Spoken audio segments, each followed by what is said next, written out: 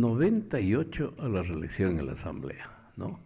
Si esos 98 le sumamos el incremento que se da por los resultados del último censo, tendremos una asamblea de 151 personas, no tienen ni dónde meterse, realmente no. ¿Cómo es posible que un país tan pequeño como el nuestro, obviamente, ¿qué sucedió? Se sacrificó, ¿no es cierto?, la calidad por la cantidad. Creen aquí que, o creemos que porque tenemos una asamblea numerosísima va a ser mejor. Cuando vemos que las experiencias vividas en estos últimos tiempos nos da, ¿no es cierto?, nos da la idea de que cada vez vamos de mal en peor. Una Asamblea Nacional que pomposamente se dice es el primer poder del Estado, realmente nos da a veces risa, a veces nos da pena y nos da rabia. Esa convocatoria a la ministra de Gobierno anteayer, perdóneme, es una vergüenza lo que sucede allí en la Asamblea.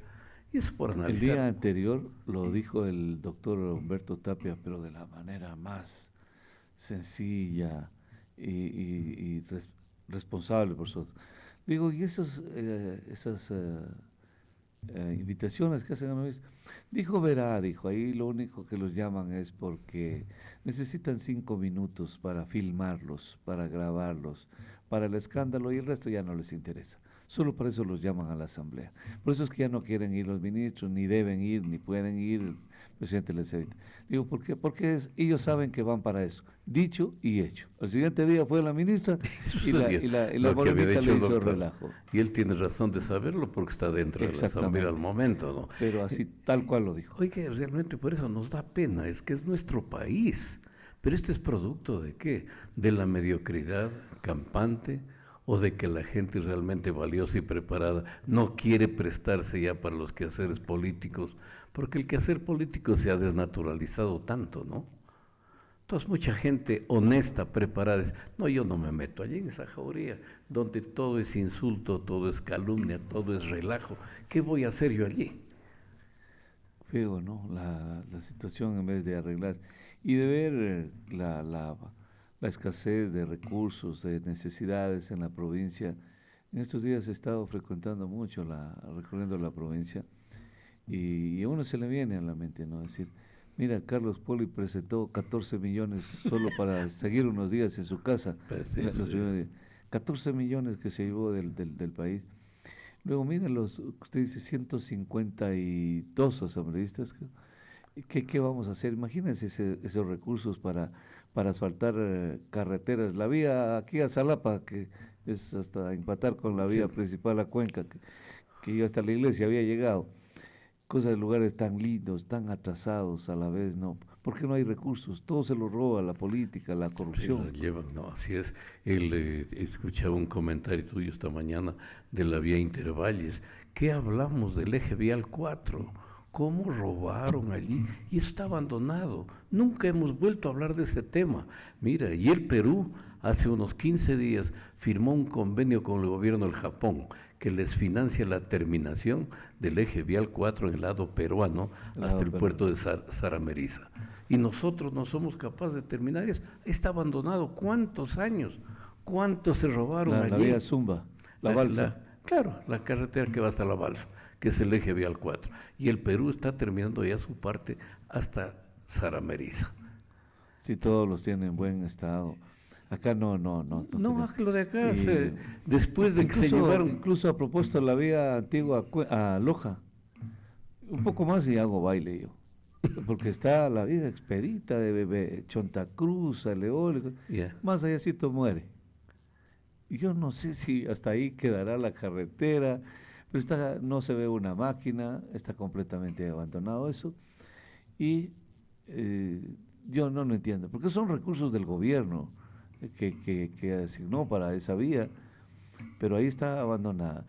30 metros de la vía Cajanuma hasta el día de hoy no podemos resolver. Se comprometió la señora gobernadora, se comprometió el señor prefecto, se comprometió el director de obras públicas, los señores que pasan ahí con una pala, hacen sí. mejor trabajo que lo que hizo ese día el Estadio Cruz, y ahí dejó abandonar. Entonces es el testimonio del abandono que vivimos en el país también. Oiga, pero fíjese, si nos ponemos a analizar las obras, ¿qué hizo el presidente Moreno en sus 4 años de mandato en Loja? Un pequeño recapeo en la vía Loja-Malacatz-Vilcabamba, donde no solucionaron los problemas que son los más álgidos, Cajanuma, Pueblo Nuevo, después San Pedro de Vilcabamba, y el recapeo también en la vía Catamayo, que duró unos 2, 3 años, ya vemos el relajo que es la vía Claro, Catamayo. y aún así vemos la vorágine por acceder a los cargos políticos, ¿no? Esa es la cosa que nos preocupa, ¿no? Dicen que ya, no, dicen, entonces, ¿a qué va la asamblea un personaje? A tramitar puestos, a ver qué beneficios personales o para su familia puede llevar, o sencillamente a ganarse un sueldito de $5,000 al mes, sin hacer nada. Sabe que puede poner algunos parientes de asesores, de personal de apoyo en la asamblea, a lo mejor se porta bien el gobierno de turno, le da algunos carguitos en su provincia, y eso es todo.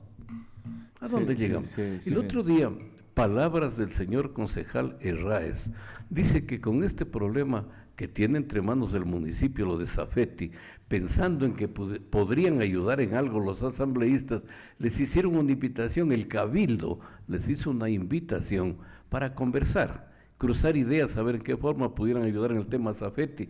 Y dice, ninguno asistió, que solamente un asambleísta mandó un asesor allí. El resto ni siquiera se excusaron ni asistieron, seguramente estaban muy ocupados, ¿no? Y el candidato presidencial, que es Lujano, está con binomio de quienes son los dueños de Safety, ¿no? El pueblo de Loja tiene que ir sabiendo esas cosas poco a poco, y quienes han generado tanto daño a Loja, tanto perjuicio a Loja, ¿no? ¿Qué vínculos hay este candidato presidencial con Safety? Tiene que algún momento, pues como ya desde la provincia venimos más despiertos cada vez que viajamos, más con aire más puro, hay que decirlo en su momento sin ruborizarnos aquí. Hay que decirlos, y qué vínculos hay con estos candidatos, y el perjuicio para Loja. Y no solamente eso, Loja, Freddy, ¿no? Yo creo que irse un poquito más atrás también. ¿Quiénes fueron los causantes, los mentalizadores, los que firmaron, los que idearon, cómo tramaron todo y después abandonaron el barco y se pasaron a la vereda de al frente? ¿No? Todas esas cosas hay que analizar, sino que lamentablemente todo tenemos muy mala memoria. Después, por ejemplo, hubo un abogado, un asesor jurídico del municipio que se había olvidado que el término de prueba se acababa tal día y presentó un escrito al día siguiente. ¿Lo hizo de buena fe o sencillamente hubo algo de por medio? Es que son muchos recursos que hay en estos contratos, ¿no?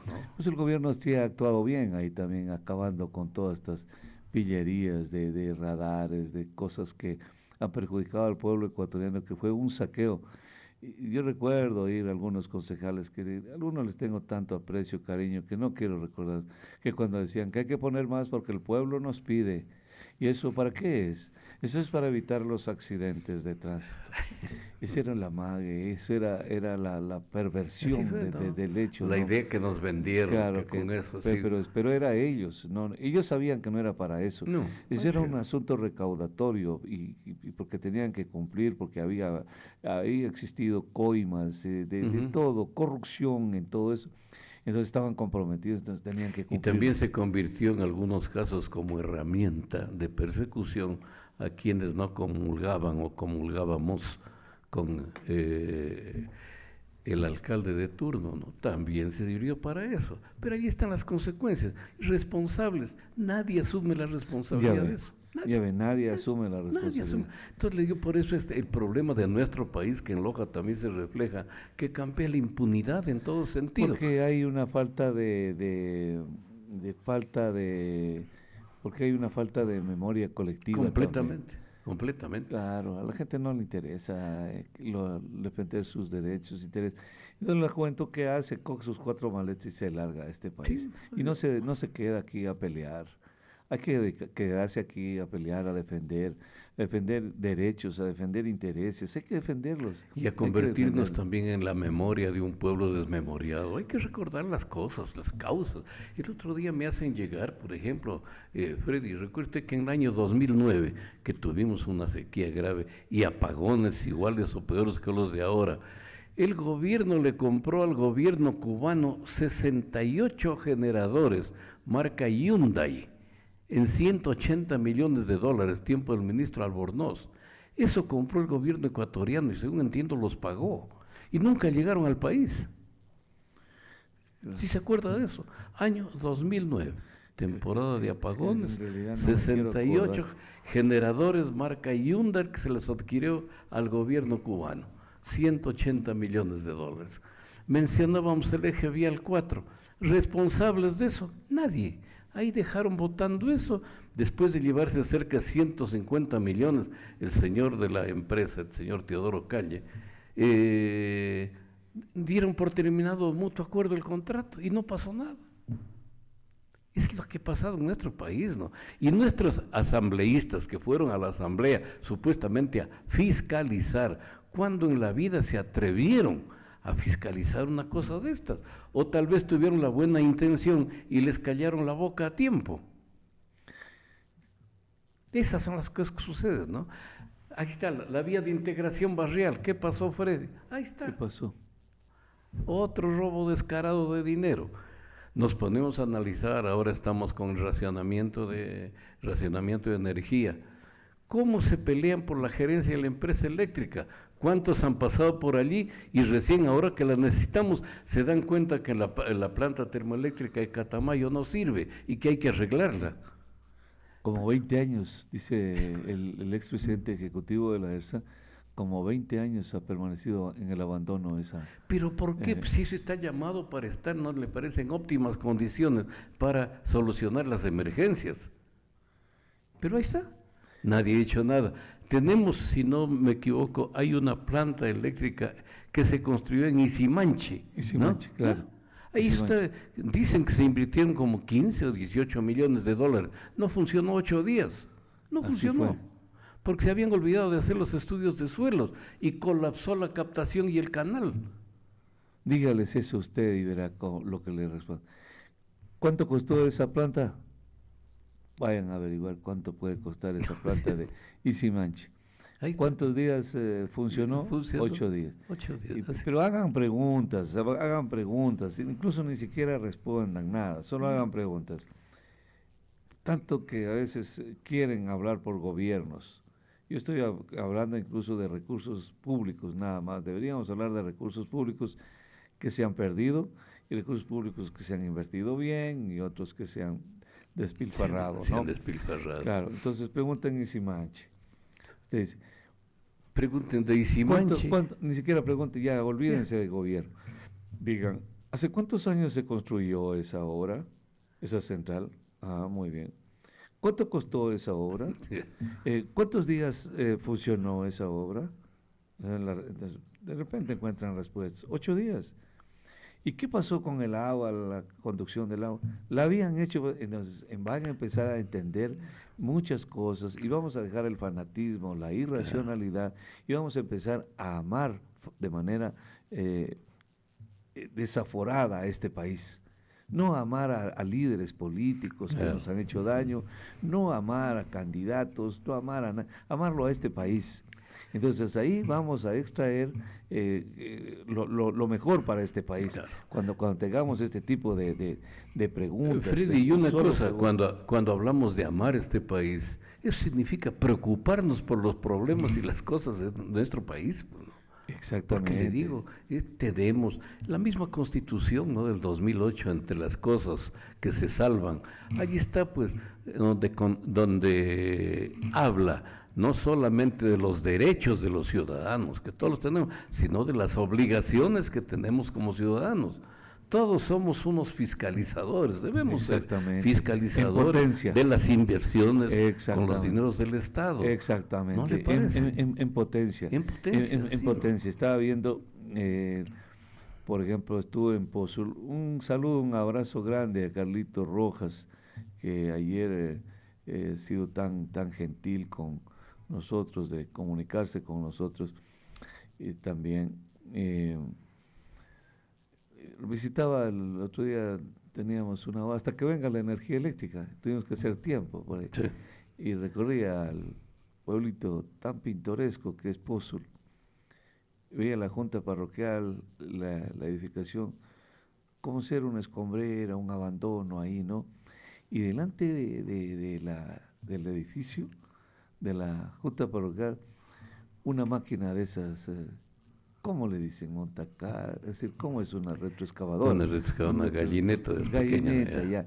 Aunque a mí me parecía que era como gallo, así, porque era más torazo. Sin llantas, sin nada ahí, desmantelada, bien parqueada en la junta parroquial. Aquí están las fotografías. Yeah. Y quise conversar con la presidenta. No hay nadie ahí. En horas de trabajo no había nadie me podía meter. Sacábamos todo ahí y no encontrábamos a nadie que nos pudiera evitar controlar, ¿no? Para que vean ustedes la santidad de estos pueblos. Pero miren... ¿Cómo se desperdician nuestros recursos? Miren esa locura de comprar maquinarias. Cuando para eso están los ingenieros, están los constructores, para que hagan un contrato rápido, solvente, les dan trabajo, además, y no tienen que estar con ese gasto infructuoso del mantenimiento. Y permanente. Y permanente, y que se convierte en una especie de temas corruptos, porque siempre están comprándole más llanta, que comprándole con sobreprecio, que el aceite, que el repuesto, que hay que contratar un operador permanente. Ahí viene un operador, un ayudante. Imagínense permanente. Después servicios mecánicos de mantenimiento. Imagínense esos despilfarros de los recursos. Sí, ¿no? Cada quien hace lo que quiere.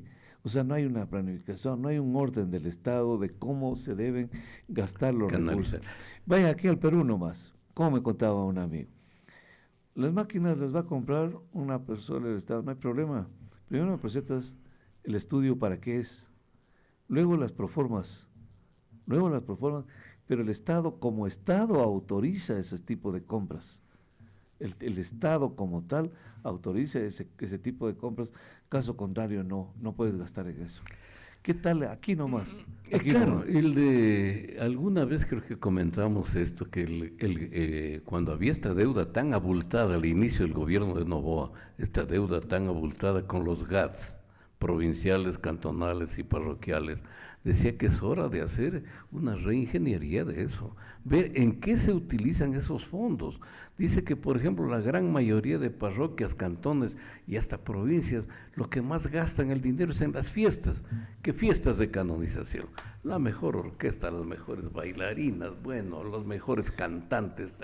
Bueno, y el dinero se va en eso, ¿no? No, y lo que es peor, terminan al siguiente día el chuchaqui, y como me contaban en un municipio, que terminaron al siguiente día el chuchaqui, todo el mundo a festejar a la casa, a la finca, propiedad de un político, cuyo nombre lo mantenían en reserva. Nadie quería decir el nombre de quién era el propietario de la hacienda, de un funcionario público, otro humilde, que no podía tener, pero un autito está bien, con hacienda, con bienes raíces gigantes. Y terminaron la fiesta allá, pero la condición era que nadie podía saber el nombre del propietario de la hacienda, porque se trataba de un político conocido y lo único que desconocían es de dónde obtuvo tanto dinero para la hacienda. Por eso dice. Pero aquí viene el asunto, cómo nacen estos chibolines en todo lado, ¿no? El asunto es que no querían que se sepa el nombre, pero van las autoridades a esa fiesta. Claro. El problema es que van las autoridades. Miren ustedes el tráfico de influencia, miren ustedes la relación personal que hay entre autoridades y la corruptela. Pero solo vean ustedes, por esta vez nos vamos a reservar los nombres, más detalles, pero sépanlo bien que todos lo sabemos, que lo sepan bien que no hay un solo acto de estas pillerías que se están haciendo en todos los rincones de esta provincia, que no lo sepamos. Y que ya no nos damos abasto, la verdad, para tantas cosas, ¿no? Y ahí nos preguntábamos nosotros, ¿qué hace la Contraloría? ¿Qué hace la Fiscalía? ¿Por qué nos saltan? Aunque sea como la fiscal de Bolivia, que le dictó orden de prisión a Evo Morales. El siguiente día la destituyeron. Es que eso es lo que, digamos, sabes lo que sucede en otros países, nos enseñan, ¿no? Cómo se debería hacer.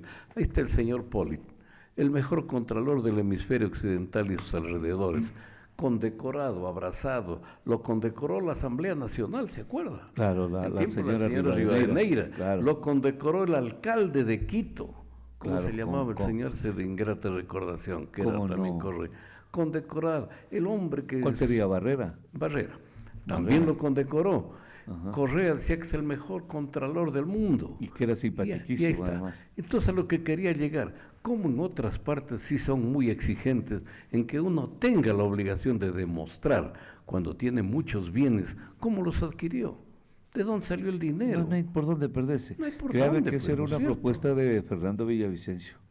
Él decía que había que atacar ahí. Claro. Había que atacar ahí. Por allí es donde se debe comenzar. Pero yo digo, aquí, es que mire, si aquí tenemos funcionarios, por ejemplo, ya, Servicio de Rentas Internas.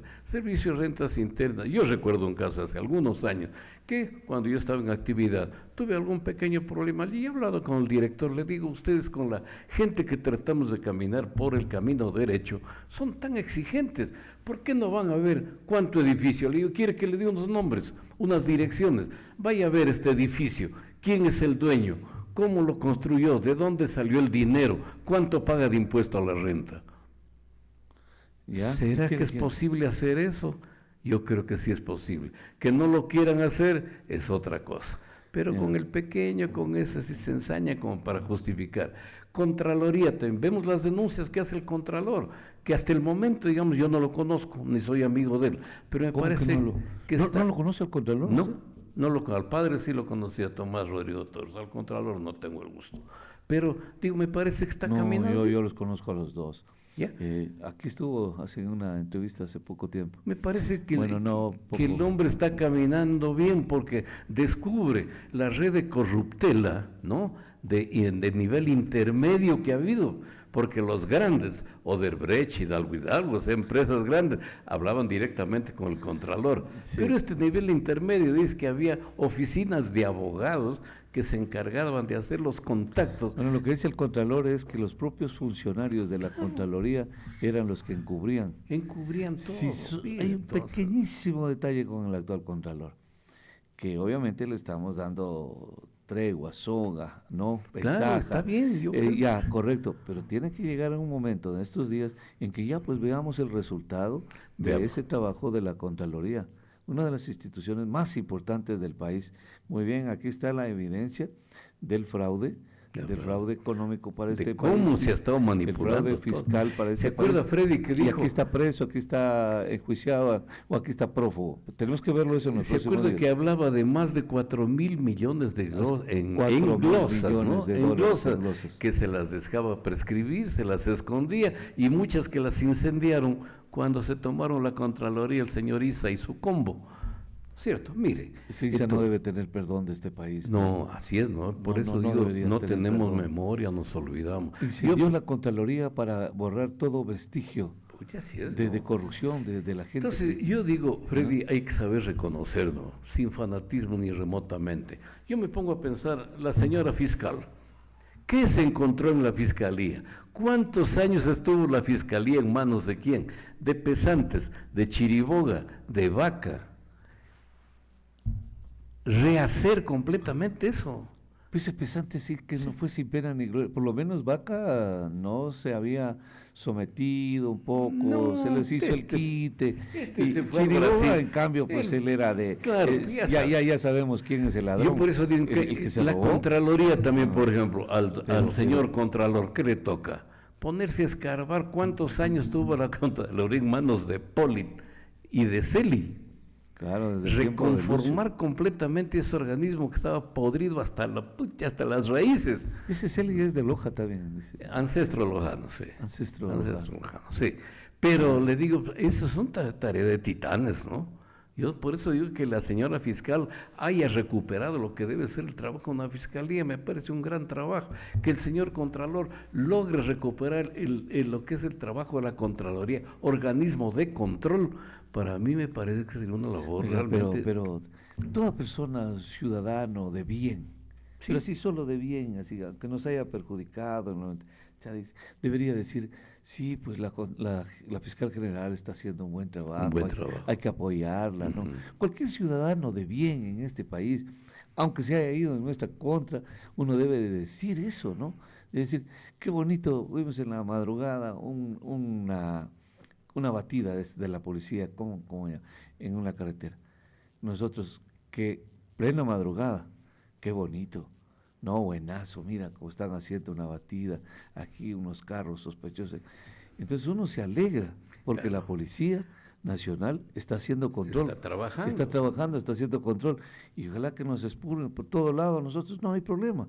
Pero nos están protegiendo, a las personas de bien nos protegen. Y están evitando pues que hagan otro. Pero nosotros nos alegramos por el control. Claro. Ahora, pero si uno va delinquiendo, la policía es mi peor enemigo. Pues. Entonces, lo mismo es con la fiscal general, pues, ¿no? Exacto, que querían ser bueno. Es que lo que dijo alguien, Freddy, yo creo que este partido político o movimiento político no tiene tanta aspiración de la presidencia de la República. Lo que ansían es echarle mano a la fiscalía. Así como recuerda cuando... Nada más, y Contraloría. Y control. Claro, fiscalía, de fiscalía, control. Y tener a la fiscalía. No necesita más su político corrupto. En realidad no. No necesita nada más. No necesita más. Yo por eso digo al señor Contralor, a quien no lo conozco, le deseo el mejor de los éxitos, con que cumpla con su deber. Es lo que está haciendo, cumplir con su deber y reorganizar ese organismo que estaba podrido hasta las raíces. No, no es una tarea sencilla, ni de un mes ni de 2 meses, no tomará largo tiempo hasta rodearse de gente proba, de gente que en realidad esté cumpliendo con su deber. ¿No? Es que es lo que nos da pena, ¿no? Lo que sucede. ¿Qué pasó con en el acuerdo del señor Noboa con los de Alianza País? ¿A qué le tenían apetito? Lo primero, comisión de fiscalización. ¿Cierto? Claro. ¿Por qué? Para ver cómo desaparecían. No sabemos qué pasaría con toda la información que tenía el señor Villavicencio. ¿Qué pasaría con eso? Claro. ¿Ah? Qué pena, qué dolor, ¿no? Claro. Pobre país. Un hombre que ofrendó su vida por su causa. Estaba haciendo un buen trabajo. No hay cómo desconocer. Un buen trabajo. Entonces había que sacarlo de por medio. Agradecido estoy con su gentil presencia esta mañana. Gracias, Freddy. Y ojalá que muy pronto nos volvamos a encontrar para seguir tratando estos temas que son de imprescindible tratamiento en realidad. Pausa y regresamos enseguida.